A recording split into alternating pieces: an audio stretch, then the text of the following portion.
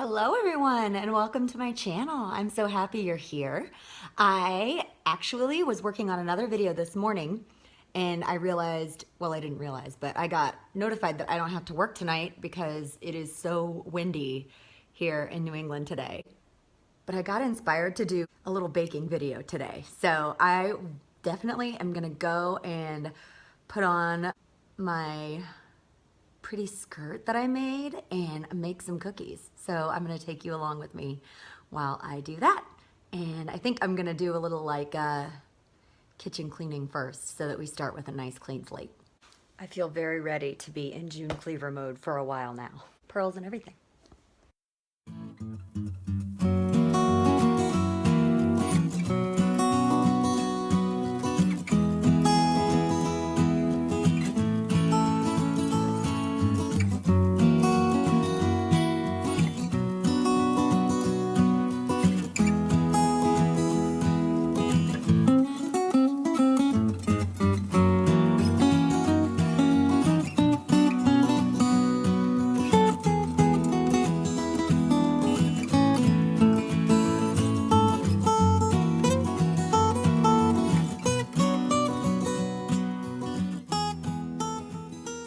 The cookies I'm going to be making today are a recipe that has been circulating around my family, and it's my Aunt Carol's chocolate chip cookies.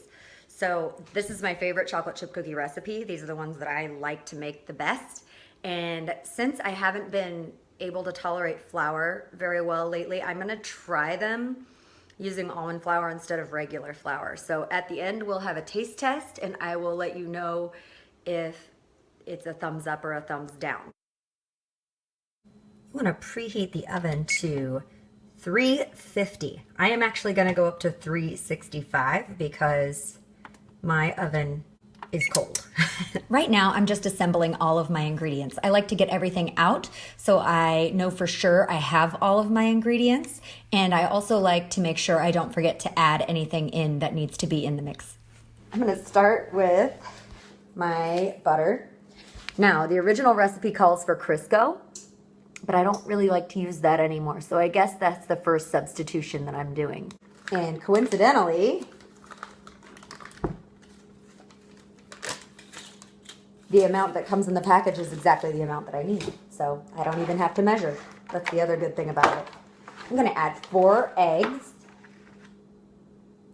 And I have a little bowl off to the side here with my stuff that I need to throw away. So I'm just gonna add to that as I get my ingredients added in.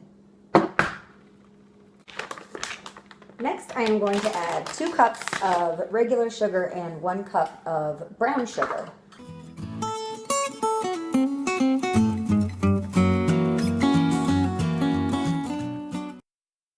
Next, I'm going to add 3 teaspoons of sea salt or salt, any salt will work. 3 teaspoons of salt, 2 teaspoons of baking soda, and 1 tablespoon of vanilla extract. The original recipe calls for imitation vanilla extract, but this is what I have, so this is what we're gonna use.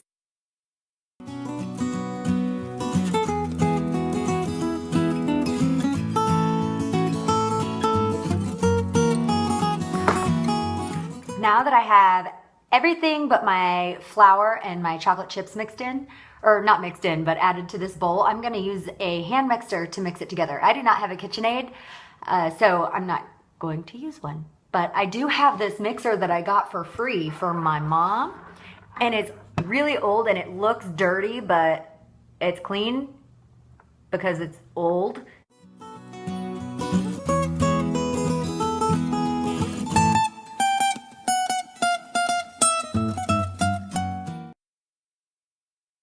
I need to take a moment to, first of all, gear up for stirring in the flour, because stirring in the flour is the only reason you will ever come up with to keep you from making these cookies. This is the hardest part of the job.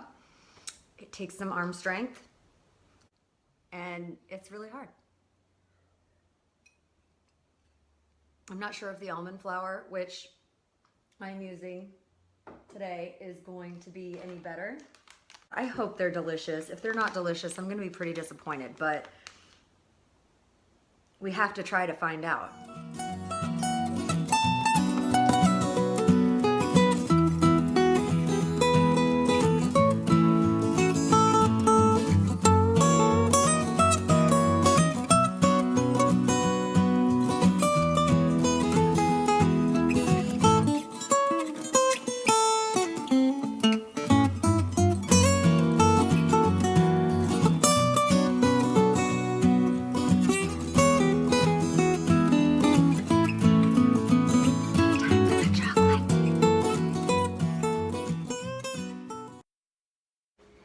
My cookie dough all ready to go.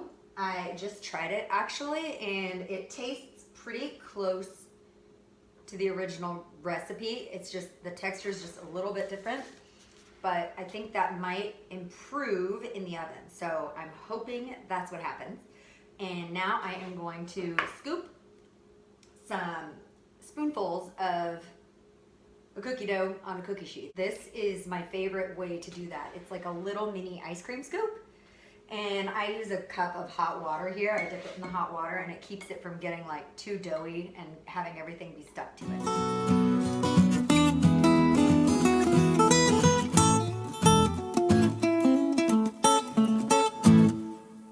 They just came out of the oven and they look good.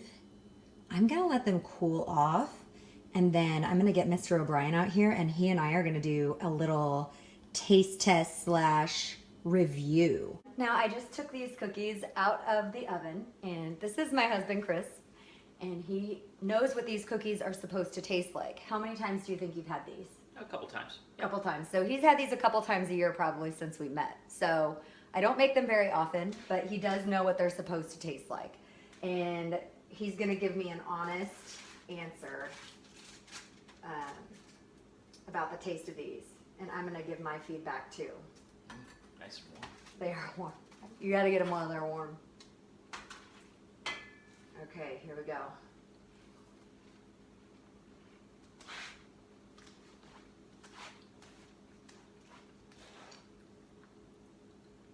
Delicious. They're just as good, you guys.